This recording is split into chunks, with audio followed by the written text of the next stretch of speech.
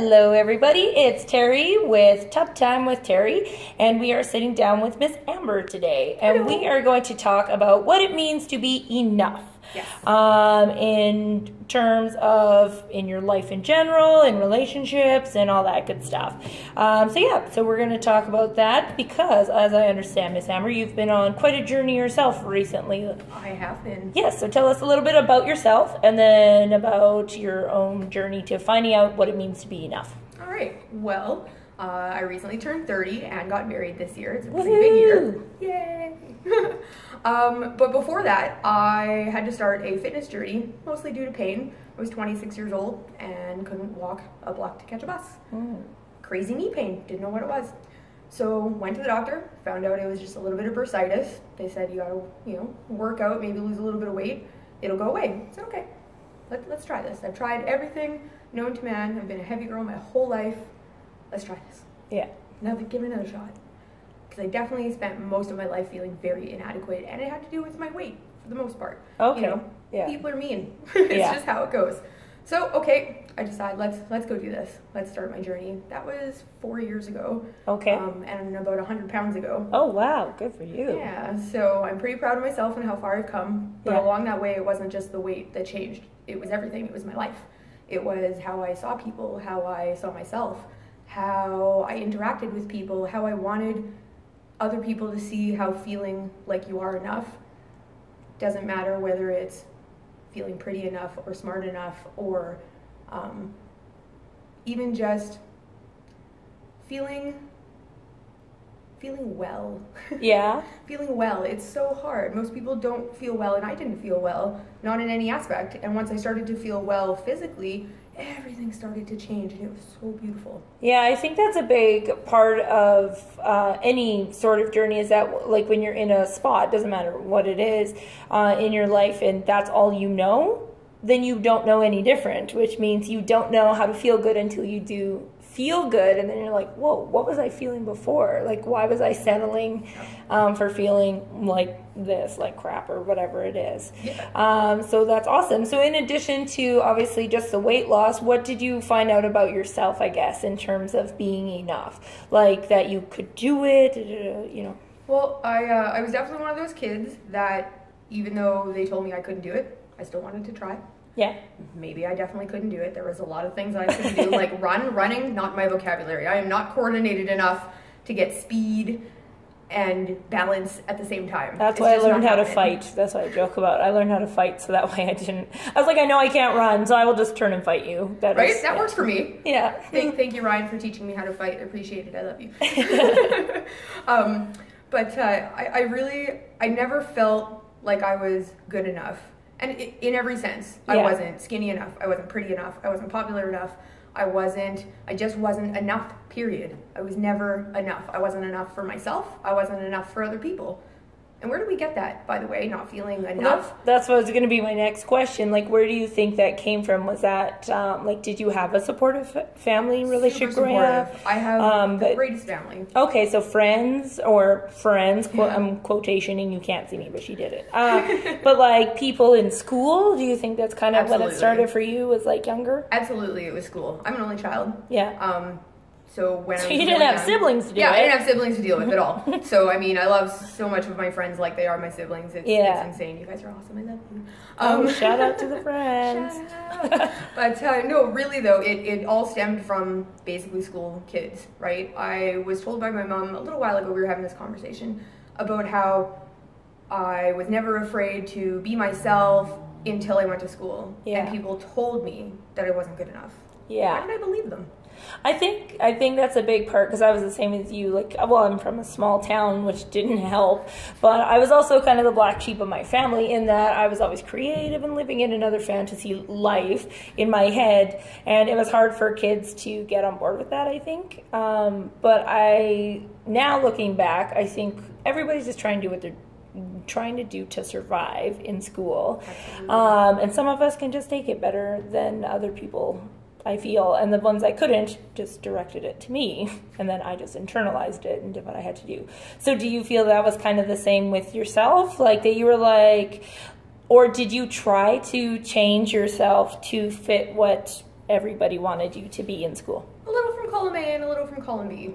We can definitely say I've always been a weirdo. Okay. Always. And I use that term affectionately. I don't mean anything negative by it. Yeah. I am a weirdo and I will own my strangeness. Perfect. There's a shirt at H&M that had it written weirdo on it. There's one on, I'm not going to, threadless.com, I believe. Yeah. They had one that said own your strangeness also. Oh, cool. It was beautiful, and I think it had one of those Mr. Happy type. Oh, nice. Yeah. Yeah.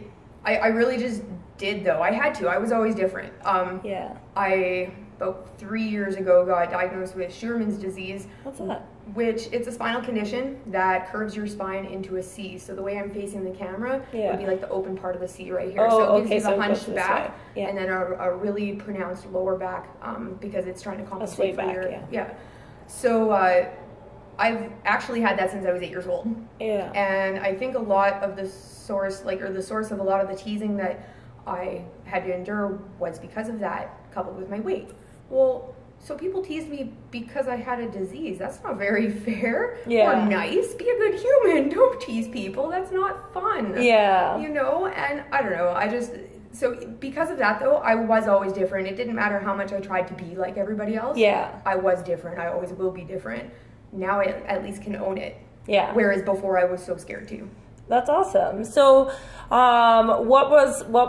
is there a particular moment or situation that happened that, that made you feel like not enough? Like when you realized, like, I don't like myself. Because we all feel that sometimes. But there's always like a big situation where we're at the bottom of that, I feel. Yeah. Like if you want to share that, if you don't. Oh yeah, okay. no. The bottom of mine was going to the doctor and standing on that scale for the first time and having the realization that I was 310 pounds. I had always floated between 260 and 280 my whole life. That's just the weight that I always did. If someone said, hey, it looks like you're losing weight, I was closer to 260. Yeah. If nobody said anything, probably closer to 280. Yeah. You know, and that was just my range. It didn't matter how many salads I tried to eat or, you know, what kind of fad diet I tried. I always between 260 and 280. Yeah. Well, when the doctor told me that I was 310 pounds, and at the time, you know, I thought, it's not that bad. I mean, I kind of noticed these little chubby cheeks happening. Yeah. And, you know, you notice little things, and all of a sudden there's this weird fat that you didn't notice before, and I said to myself, well, is it really that bad?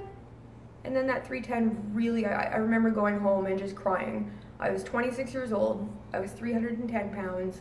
I damaged my knee so bad that I couldn't walk one block to catch a bus to go home. Yeah. Like my poor friend Jonathan was with me, and I felt so embarrassed for him because he was walking with me while I was crying in pain trying to get to the bus. Yeah. And it was that moment there where I said enough's enough. Like, I have to do something to change because this isn't healthy for me. Not just physically, but mentally, emotionally, everything is just not healthy.